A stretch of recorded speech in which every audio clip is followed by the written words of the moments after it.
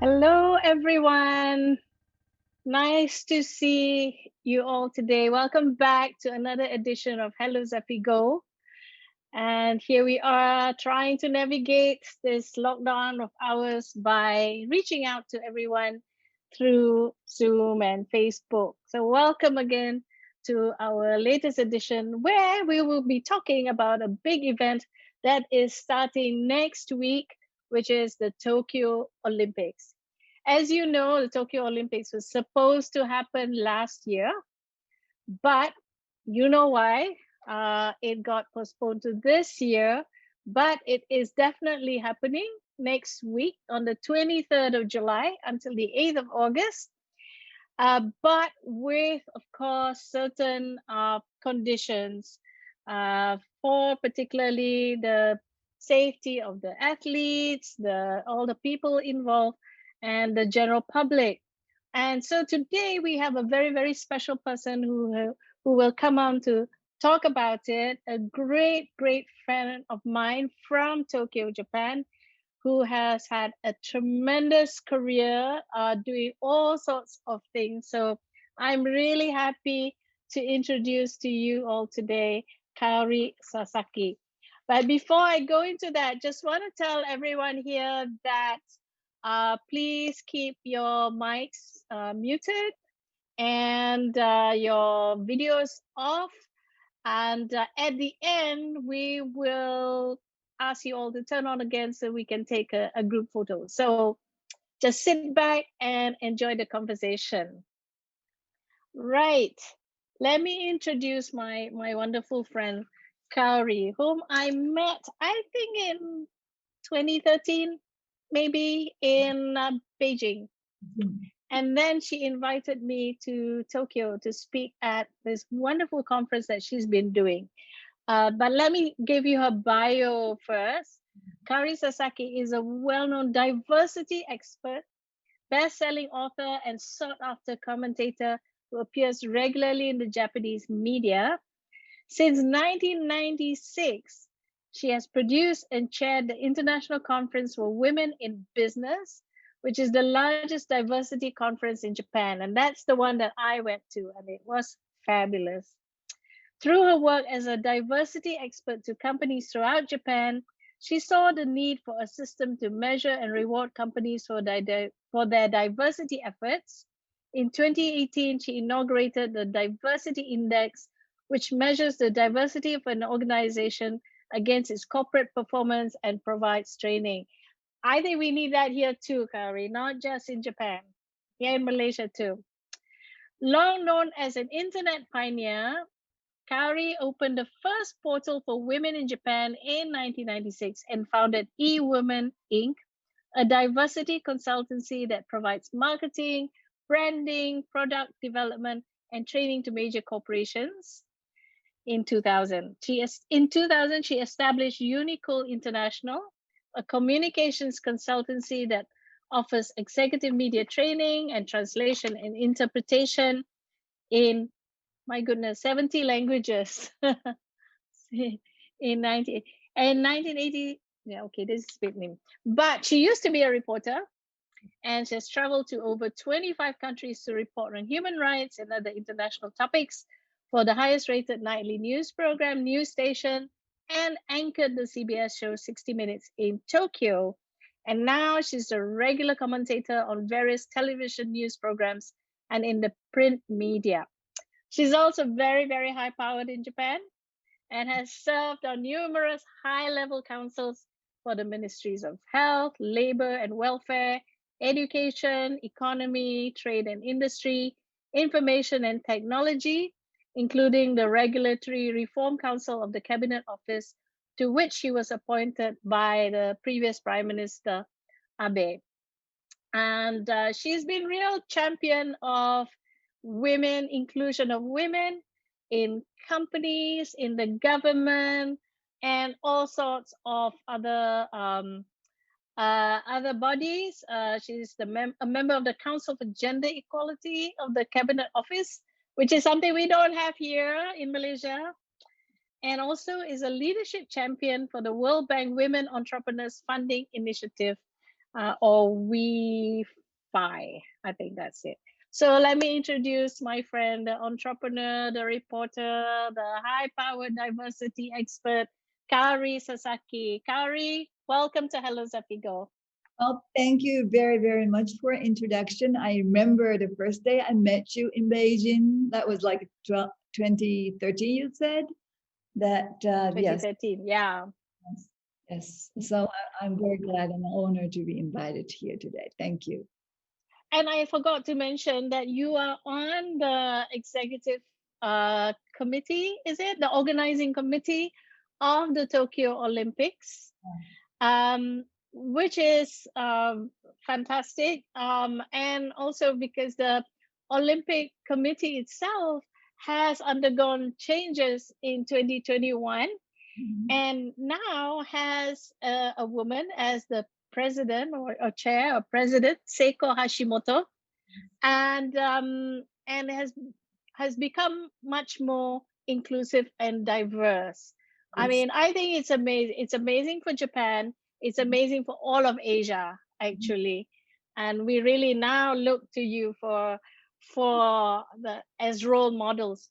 So tell us about what's happening with the Olympics, and what's the latest updates, and what do we have to look forward to? Well, thank you very much. So I don't know how much of the information have been delivered overseas, but the Olympic, of course, the Tokyo Olympic has been prepared for years and years. So the many people and organizations and partners and been preparing for the Tokyo Olympics 2020, which, as you said, that they're supposed to be last year. But the COVID-19 came, and then you may have heard that some kind of like negative wording by the former chair. So that the dramatically it has been changing, and this March, a couple of months ago, the 12 female directors added to this organization, the Olympic Organizing Committee. Uh, 12. so that is when I joined as one of 12 new directors to the committee. So yes, it's great now, like 40% of the committee members are women, and then we are strongly working on diversity and inclusion. However, it was only like 4 months prior to the actual Olympic date. And then the original committee has been working for years and years. So there are not many things that we could do, but there are still things that we could do. And that is diversity.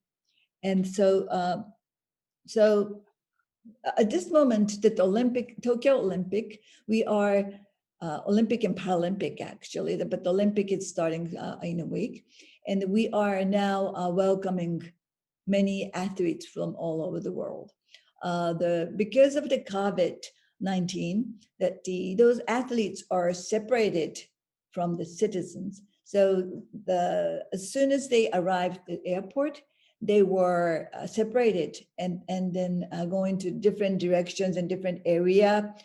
They are in their own bus to their own hotel.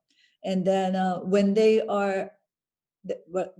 arrive hotels, they are not allowed to go out of the hotel, so that they are only in the hotel or wherever their residences are, to those Olympic game places, and they are not allowed to walk in the street or meet the Japanese people. So this is kind of like, or very, very sad. And so many school children and also town peoples and everybody were waiting to welcome those the athletes, and they've been prepared for years and years.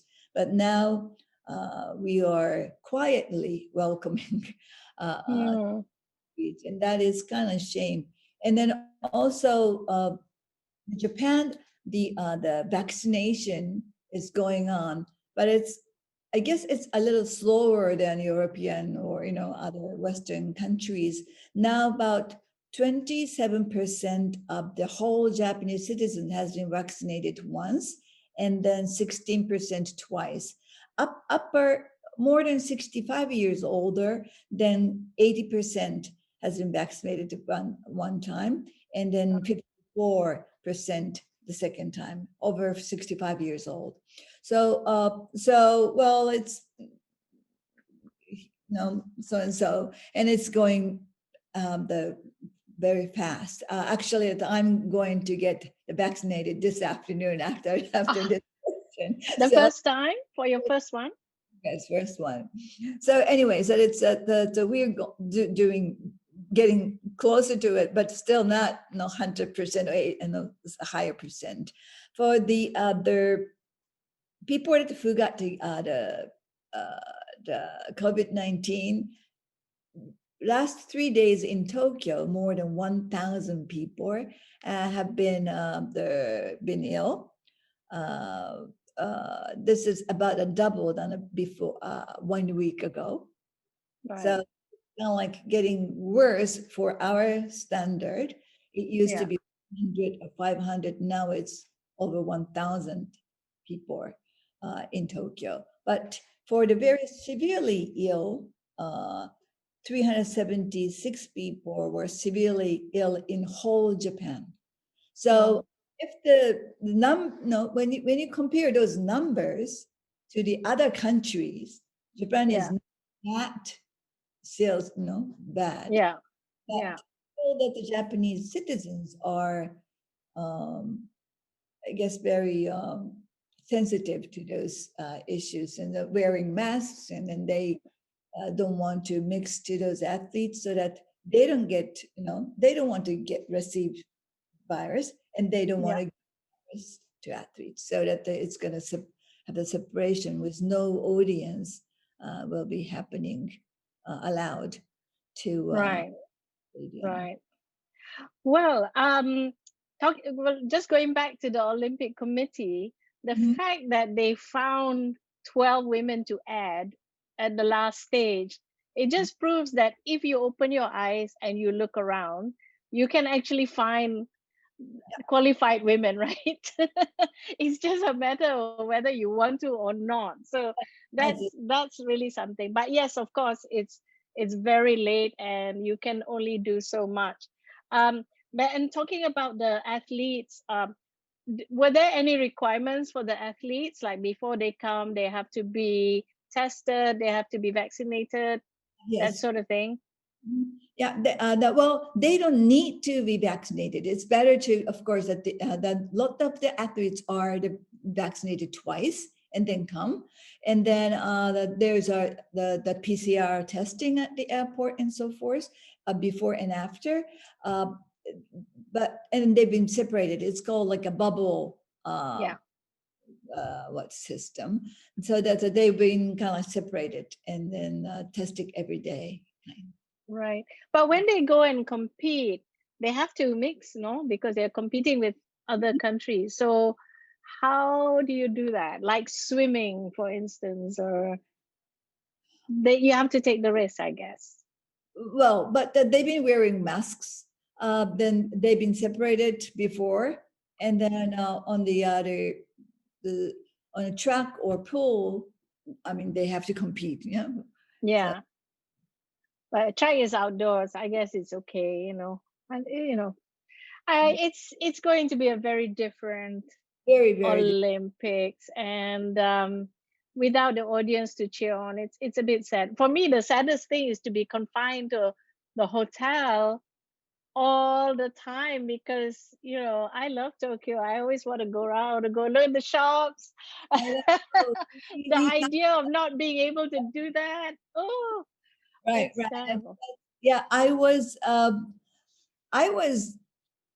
personally thinking that if we could give them those athletes the free invitation next year to come visit Tokyo, that would be wonderful. That's kind of like a surprise gift, which I would love to give. But there's so many athletes, so maybe it's impossible. But I really would like them to talk to the Japanese peoples and visit places and enjoy food and uh, Yeah.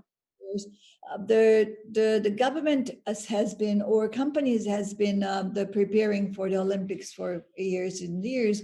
I was also been a committee member for um, IT preparation for a couple of years, so that the digital signage on screen, in the street, and also like Ah, the auto translation system on board. And so we've been preparing for years to do that, so right, that Japanese speakers could enjoy Tokyo and Japan freely without right. the S- stress. so does that mean that we can watch not just on TV but online? We can Well, watch everything. that is a a good question, actually, because we, as a new director to the committee, we have been raised so many times that we should use the greatest technology that we have to broadcast those things that on internet, backstage, or other things, so that all of the visitors or athletes can enjoy Tokyo Olympics in a new way. Right. Like, but that there's a lot limitation by IOC's limitation regulations, and then also like a broadcasting contract is done by NBC's in the United States, like a TV station. Yeah. So they do have a very rigid the contract, and it's Oh. got for the to be flexible about broadcasting on internet. Because Oh. of course people are working on it, but it's not that easy as we think, Hmm. contract wise, not technology wise. That there's Right. Right. ideas and so many, no, so many the great technologies available, but I guess that those broadcasting, the word broadcasting actually is in a way old fashions. Not only to Yeah. the only, but like the nowadays that broadcasting internet um, should be mixture, or we should develop some kind of like a new contracting system to those. Right. Right. Because we can do things like this, Yes, now. I mean, I could technically, uh, contact a friend in Tokyo who can give me updates on the Olympics, right? Just through this, actually, right? Maybe without the high quality right. videos, but still, you Well, know, I could just keep the no the connecting on Zoom to you, and it just watch, like show everything that we. yeah, I mean, I could do that too, right? So yes, that the technology is here, and there are so many the music concerts going on online, and then ah, concerts have like so many the technology, like the lighting on the seats, and then like all those like applause and scream on sounds, so that the yeah, musicians do feel that as if they are filled with the no 30 audience, old people are sitting in front of them, because they can hear it and they can watch those lights on seats. right. So we could be creative by using technology. But unfortunately, that some of the contract doesn't really allow us to do that. It's a really new world, isn't it? That's so many things. But talking about broadcasting, you of course started as a broadcast journalist, no? That isn't Or actually that I've been an entrepreneur at the starting Unicolor International in 1987. Now the celebrating 35th year of the company. So that at this very same year that I was hired by the TV Asahi News Station, which is the nightly the highest rated nightly news program nationwide. So I started with like the two career at the same time. wow.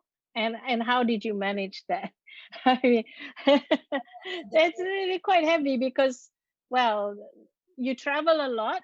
and Yes. you've covered some very interesting events overseas. I remember you telling me about going to South Africa at a particular time. Tell us about that. Yes, the my first actually trip, the news coverage was to South Africa.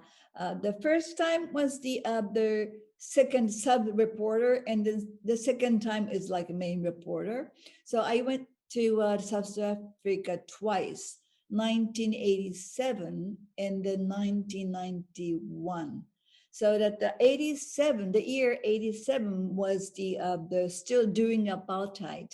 So the very rigid regulations to cover stories, like the government hired some white, let's say white, the coordinator being with us and watching what we film and what kind of question we ask, and then they check everything.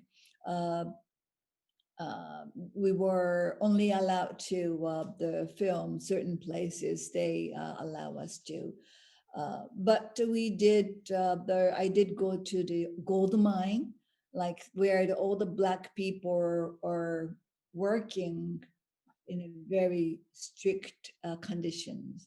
Uh, However, they allow us to cover, meaning that that was one of the best situation. They must be the worst places. Right. Yeah. So that the second time was like in 1991, right after that apartheid, four basic regulations, laws has banned. And so that it seems like it was like a new South Africa, but not, because the policemen or citizens cannot change their mind immediately, even though the law has gone, right? So that is still there. And then I was covering the ANC, uh, the residential area, Soweto, and then the Inkatha, the opponent party, run by Buthelezi, president, came over, and then they are marching, and they started shooting each other, not each other, actually. Buthelezi group that the shooting to ANC residential areas, and I was reporting and got shot. Uh, Ah, yeah, where did you get shot? In your lower, leg or in your lower leg. And then I was carried to a nearby clinic, which was not a clinic at all. It was like house. And I, uh, no, no, no, no, not here, not here. And I was, so the fourth hospital I've been to, then I got the operation to take the bullet out from my leg. oh. Uh, that was a big injury, but I survived. And then, Obviously. so yes, so yeah, those twice that I've been to South Africa, but it's, Wow, that must have been scary. That must have been scary yeah, to experience. I've been to like other places like let's say Philippines. Um, I went to the mountain area to cover the guerrilla uh, doing like the trainings. They're hiding in was in the kind of like the doing trainings. And we went to the cover what they're doing, and they are pointed. When I went in, and three guys appointed guns to my head, and Uh, then I was like interviewing, "What are you doing?" Had to become like stupid reporters and saying, "What are you doing here?" So I've been doing that. I went to the once that I've been to the border of Thai and Malaysia border, where that the kidnapping uh, uh, happening from Thai to Malaysia, and then right. the Thai area, and then again like I that there's so many houses near river, the border side, and they're 1 year old kids, like 10 kids each houses. They're kind of like kidnapped the baby. Uh, Oh, So I cover that kind of stories. I've been to also like Mozambique, Malawi area, where the, the more than millions of refugees were there. Uh, I was on the army caterpillar car. But then Yeah. went through those like 5 hours, 6 hours to those the roads, the corridors that has landmines are, so that we can like go Oh, through. wow. Interviewed the guy that who escaped from the bandit, who's the worst. The guy had no nose, no ear, no mouth, no hand, because those bandit kidnapped those adult men and then cut everything off. Oh, And but surprisingly, this guy survived and escaped from those camps. Or those younger boys were kidnapped to train to kill people. So when those boys were rescued by the somebody or escaped, they their mind is kind of like dead, like they don't have any facial expressions, and young boys. And so the Mozambique government trying to re-educate those boys to those are child soldiers. right, Ooh, right, teenagers or younger. So wow. I've been to many places, refugee camps in the Hong Kong, like the Vietnam boat, the boat people from Vietnam. Uh, Right. it's really Wow. nice. I must say that stereotyping you, you don't look like a reporter who's had all these adventures. You look like the elegant businesswoman that you actually are. So how did you? I mean, how do you go to a place and you see these terrible things, and then you come back to Tokyo, and then you run your business? Hmm. How do you do that? Oh, the other. Change your Well, I learned so much. I mean, the reporters, uh, actually, the professional reporters should report rather than just, like, wow, I'm learning a lot, But still, I learned a lot because I visited so many places which I wouldn't go as a traveler, right? So that's diversity. I mean, now I'm an expert of diversity. I would say that those experience led me to diversity. I felt when I came back to Tokyo, I felt so much of the how precious our life is are in mm, Tokyo. Like, we have water to drink. yeah, No, the we can flush toilets, we can eat safely, and then yeah, there's air conditions and lights, and then music and bed, and then those very, very basic things. The I still believe that more than half of the global citizens do not have. yeah, We have a tendency to forget that kind of thing. That no, we think that it's natural, and it's that to drink water from the faucet. No, no, in the kitchen. mm, It's of course we can flush toilet, but the I've been so many places that there's no water, there's no toilets, there's no place to sleep, no, nothing to eat, no, or so that whenever I come to Tokyo, I thought, wow, what should I do? What can I do in Tokyo? What could I do in my life for the world, in a way that yeah, now being a Japanese living in Tokyo is so special and so lucky. And mhm, then So we don't need to, I mean, it's stupid to focus on the tiny little things that she said that, or I don't like him, or, like little small things around you, that we have to work in the big purpose of life. That the people who now can have those basic infrastructures and the basic education included, that we have to do something about it. And we have to do our best daily, Mm-hmm. do a better job in the society we live, and then Yeah. hope to the world. So those are the awareness I got whenever I go out and see those places and come back at, wow, no, how lucky we are.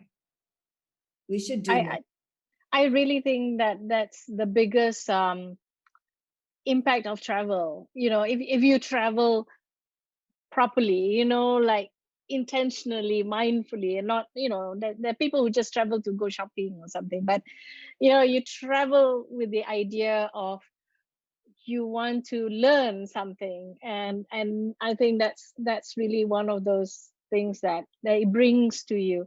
So Yes. you're a diversity and inclusion expert. Can you kind of explain what exactly that means, and what does diversity and inclusion actually mean to you? Well, yeah, thank you. That the diversity means that the gatherness, collection of ideas Hmm. to create a better answer. That is my definition. So Yeah. diversity often thought that is a increased number of women participations or disables or nationalities, and yes, it's very important. That is actually the first step. But my purpose or my definition of diversity is the creation of the better solution by collecting various ideas. So Right. so in order to the realize the diversity in workplaces or society, the company, let's say that when I personally work with the CEO of the listed companies, I'd like them to change their mindset and also create a new hiring system or evaluation systems, or so that the organization could be inclusive.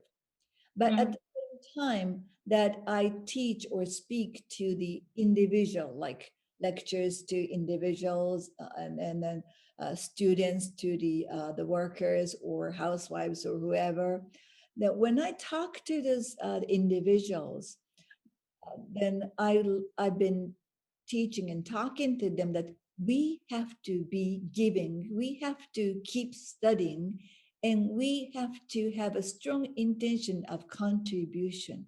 Because especially in Japan, when you join a company as a regular worker, when you are hired as a regular workers, then unless you get arrested or anything, that you could stay in that company for like 30 years, then the Yeah. wages are going up year by year. And then at the end of 30, 40 years, and you get the retirement fee. So that was the Japanese typical society. We do not have any firing system. I mean, that's a little bit the exaggeration, but it's not any companies and easily fire, layoff. We cannot do that. So that Right. join as a regular uh, their employment, then it's kind of like safe. Like once you join, then you could be safe for 30 years. So, but now the diversity era is a bit different. That you have to contribute. Otherwise, AI may take it over, right? That's Or right. no, what else, so that the other, so the diversity to the company or business world, there are two angles. The one from the top, which they have to be inclusive, mind change and so forth, and have create a new HR, no, hiring evaluation system. at the same time that individual, we have to be more creative, more contribution. No, we have to do, and we have to study more. But in Japan, correct me if I'm wrong, maybe things have changed, but women in the workplace is still a small number. So has your work with these companies and all that helped to increase the number of women? But Yes. also the other question is about AI. AI will, I mean, it's a threat to human workers, right? But is it a bigger threat to women workers, you think? Ah, well, yes, that the two things. It's one is gender, male and female, right? And the other is in Japan, like regular or non-regular workers. Regular Mm, workers, like once you join as a regular worker, again, like you are kind of like safe for another 30 years unless you'd like to leave. And then yeah, non-regular is like a temporary staff, so that you have like a term that you are hired 1 year or 3 months or whatever, so that you always have at the risk of being ending your yeah. right. So that the now that the Japan, the number of the more than 60% of the women are working. It's the percentage was higher than the United States. So that the Right, more women will start working in Japan, but right, mostly non-regular workers, temporary workers. So that the right. wise it's like big gap between male and female in the wage wise and the position. Mm. So there, yes, that in a way that AI may take over not women job, but the non-regular work job. Mm. Could be. We never know. We never know. Some people say that the lawyer's job will be taking over. So we never know. But that's one thing. And then we start slowly but surely that we started that introducing several regulations and laws, legal the laws that there are regulations to force listed companies more than not only listed companies that companies more than 301 employees have to reveal publicize their set goal of the female empowerment.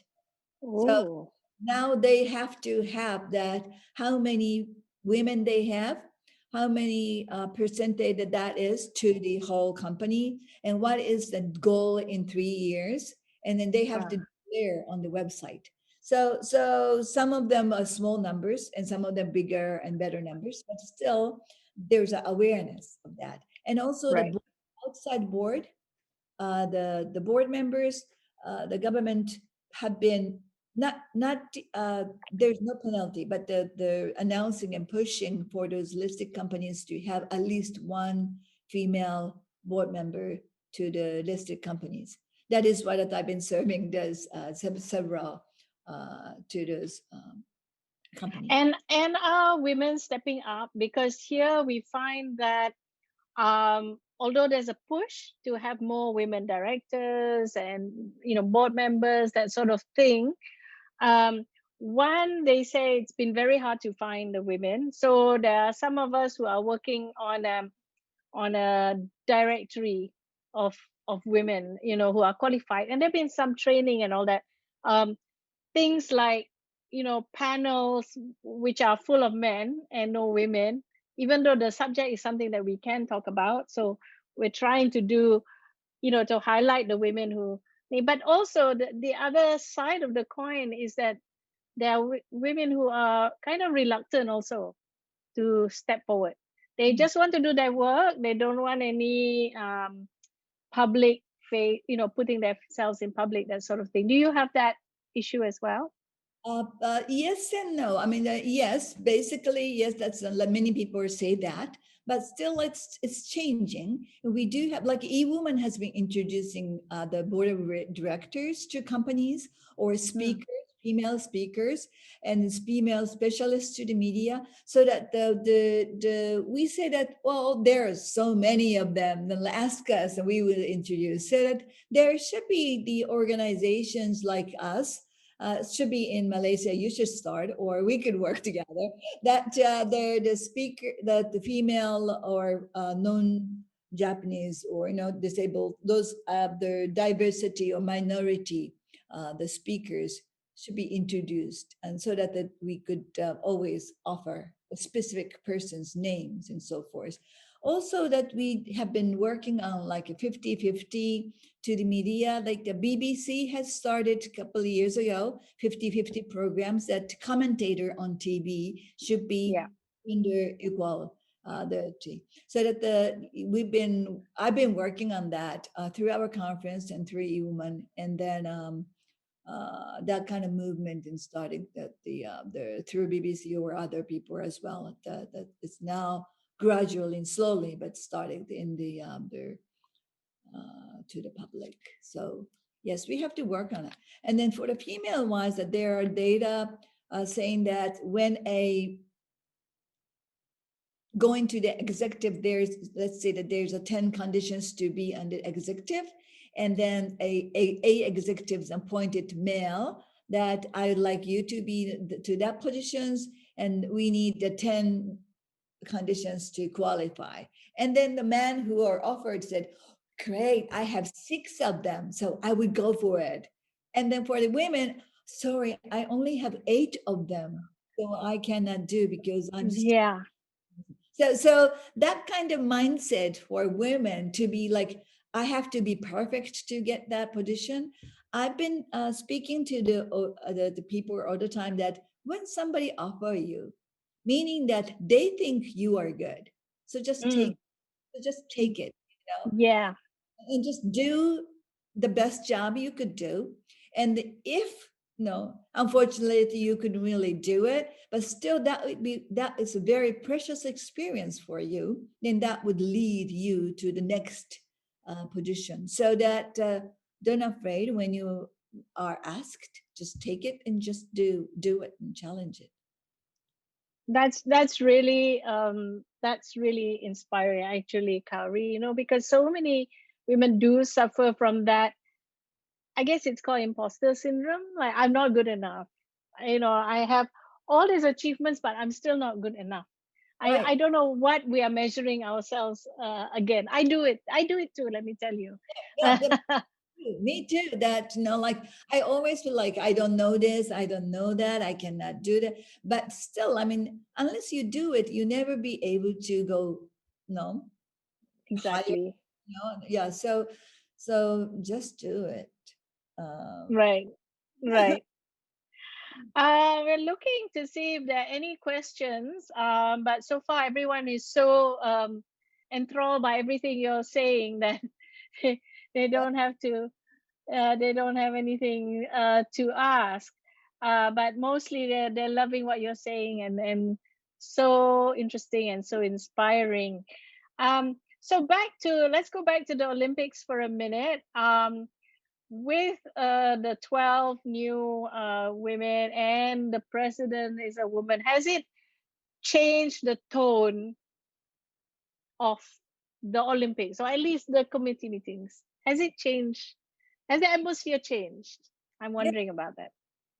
the diversity, the Or Olympic. anything about the what has, I mean, I know you've only just joined like 4 months, but what have you been able to do that has been different? That the other yes, that the Olympic Committee, the organizing committee that I joined, um, is now that the diversity inclusion action, the Tokyo DNI action. That is the diversity and inclusion chief was nominated, and diversity and inclusion guidebook, kind of like action plan, has been already discussed. And then athletes and partner companies, like sponsor companies, they sign up that Oh, declare that we been well, we will follow the guideline and then be aware of the diversity inclusion. right. So that there's a guidebook, and we've been working on it. So it's very basic things to the advanced, like the basic things that the let's say, uh, don't say that wow, you're great, because even though you're a woman or something like that. I mean, Ah, right. very very very basic wording to Uh-huh. or uh, being nice and inclusive to those disabled people. So the very basic the manner and Mm-hmm. conversation rules to the mindset. I mean, there's the Tokyo twin Tokyo DNI action. I actually Wow. looked for it in English and I couldn't find. I have to find it and send it to you. Yeah, yeah. It would be very interesting to see, and I'm sure it's something that can be applied everywhere, and not just for the Olympics. And then Um. women directors, we often chat over SNS and our Uh-huh. aside besides from the regular organizing committee, then we talk about diversity and inclusions and what kind of action should be taken place and when should be announced, and also Paralympic is coming after Olympics.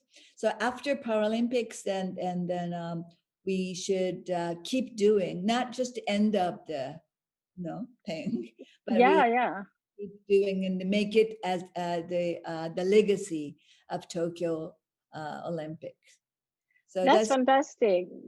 Yeah, I guess it points to how an event like this is an opportunity if you know how to use it well, and an opportunity for Japan, for Japanese women. It's fantastic, and they're very lucky to have people like you leading it.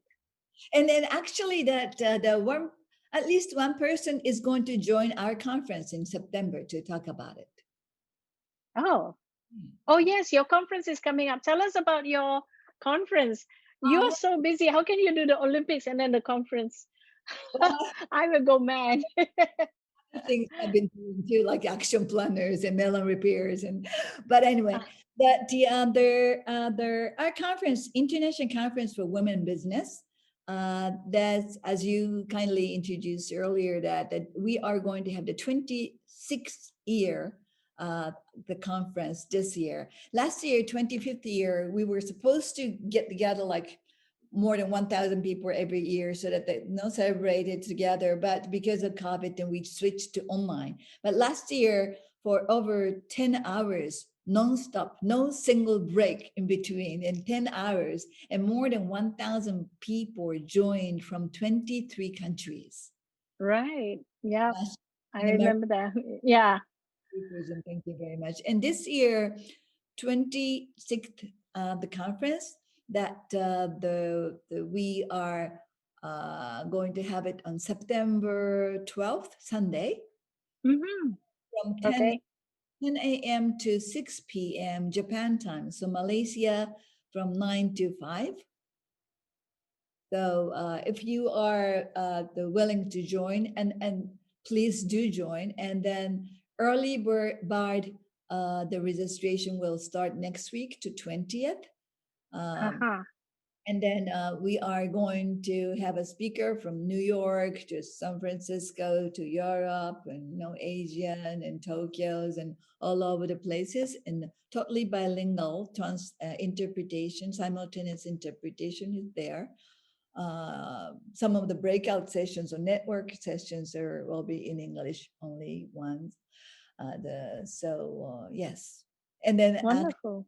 haven't announced it to anywhere, but to the this is going to be the first announcement. But the theme of this year is next chapters. Right. Right. We all want to know what's next. What's next? Yeah. Yeah, last year the theme of the conference was "Go Beyond." We were thinking of like go beyond COVID-19 and so forth. But this year, next chapters that we are going to announce next week. Great. We have to be very mindful of the time because you have to go off to get your jab, right? And we don't want you to miss that. So there's one question here from Liana Khairuddin. Um, Kari, the work on diversity and inclusion sounds very progressive. Any chance that you're also discussing how transgender person, non-binary persons would be able to compete at the Olympics too? Is that a question for the Tokyo Committee or the Olympic Committee uh, together? Yes, because I'm the officially or the director, I cannot make any mistake, and I have. But there, as far as I know, that there are some transgender athletes coming in and joining. Uh, Ah, if I am not wrong, I have to be searching and let you know if I have made a mistake. But yes, so that's a very the difficult issues that some people were like men like men male body, mm-hmm. the muscles or tall or heavies, and now he turned to she, and does she join as a female competition? Right. So there is a lot of issues to discuss, but there yes, as far as I understand, that there was a transgender athletes coming into Tokyo. Wow. But and for the athletes, for the other for the other the society in general in Tokyo, let's say there are some words district who allow transgender couple as the official couple. There Mm, are a lot of companies and started to welcoming or like providing those like transgender or the LGBTQ people's inclusion HR regulations. My company has hired before that the LGBTQ person. The society in general that is they're evolving. very they're open to it. That there's a rainbow march every year. Mm, That there is a lot mm, of research going on. Then that LGBTQ peoples are not only LGBTQ people, but about 7 to 10% of the citizens are LGBTQ, meaning that it's a big amount of consumers, big amount of like voters. So right. Exactly. so we have to be very inclusive in the business mindset. True. That there's various approaches to Right. the equal opportunity for everybody. Fantastic. Now, Kaori, one of the things that I found out when I first met you is that you're an expert on time management. You have this system that you tried to teach me, which I wasn't a good student because at the time I didn't understand. Can you just explain very quickly Uh, what is it that you do? yes, that the other I invented the time management system about 17, 18 years ago, and introduced to the action planner the to the market. But the reason I did that is because I've been having the my original time management system since I was a university student. So I've been working from actually the 16 years old. I haven't gotten any financial support from my parents since that time. I started working from when I was 16, and I saved money for the universities, and then living by myself and travels and all that. So in order to manage my time and study, I invented the time management system. When I wrote a book about that, the thousands of people started calling me and emailing me what kind of notebook I've been using, which never be able to be in the market. So I kind of created and then the start sharing my the action planner, and that's now is the action planner. And then this is about the vertical and time management system from the 6 to 11 30 minutes each in the weekly pages. But time management is not just a appointment management, but it's a time management for your life so that Mm, you kind of, my concept is like book yourself. And then so not only your work, but your private time or uh, joy, like a concert or gym or, and right. being with partying or traveling and so that you could kind of like manage your life by yourself and that would bring you or lead you to the happiness and happiness actually make you be more productive. Exactly. Exactly. Yeah, I tell you, I understand it much more now than I did in the beginning. So I maybe I'll go back to using it again. So we only have 5 minutes left. So last question. What have you learned from all your experiences in life? What do you think if there's one piece of advice you'd give our audience today? What do you think is the most important thing? uh, Visit many places and then meet many people and then be inclusive and then give back to the society. Fantastic, fantastic. Kaori, thank you so much. So before we end, we are just going to get everyone to switch on their video so that we can take a group photo with you. You know, everyone likes selfies and things. So please, everyone, can you please switch on and we'll go back to gallery and thank you so many people from Japan joining us from what I see, plus Right? one Indonesian and Malaysians. Hi. Okay. And okay, just a few more. And then Zin, I think, will take a photo. So Yuko, Yukiko, and Leah. Where are you? Two more. Yes, two more. And Yukiko. Are you coming on? Yes. Okay. All right. Okay. So everyone look and smile. Some Okay. people, three people. Thank you so much. Kaori, thank you so much for everything. And I just want to wish you all the best for one, your vaccination today. Yes, Hope yes. you'll be fine. I'm sure. I Well, get take it from me. I've had two. It was okay. At the great. most, a slight headache. Um, and also all the best for the Olympics. We'll Yes, be watching on TV. We'll be cheering not just our athletes, but also you for a very successful Olympics, even though the circumstances are difficult, but we know that, we want it to succeed because we want to have some joy, you yes, know, in our life these days yes. after all these restrictions. So thank you once again to everyone who joined us today. So lovely to see you all. Thank you, Kaori, and have a great weekend. Yes. Thank you, Karina. Thank you, everybody. Bye. Join us on the other conference in September. We'll let everyone know. Yeah.